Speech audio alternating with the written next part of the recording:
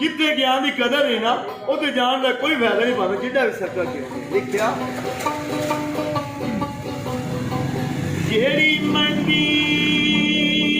रंग ना देवे की उसे दई लाना जिथे ज्ञान की कदर न होवे फिर की उथे जाना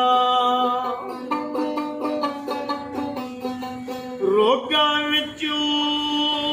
रोग अनोखा जिसदा नाम गरीबी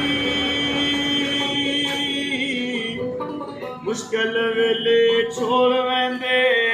सब रिश्तेदार करीबी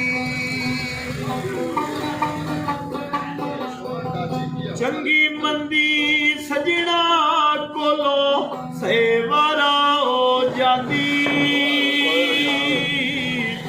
यार यारा दा गिला नहीं करते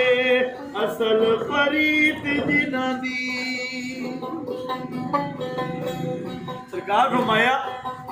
चलिया किसी ने बुरा कहना पे पहले अंदर ते वाड़ फिर तेन पता लगे कि मेरे तो कितनी खतावां हुई ने नहीं उठ के काम होवे ना फिर चाह नहीं नहीं पूरी चाह साहब जिवें मैं मुंडे को बैर पा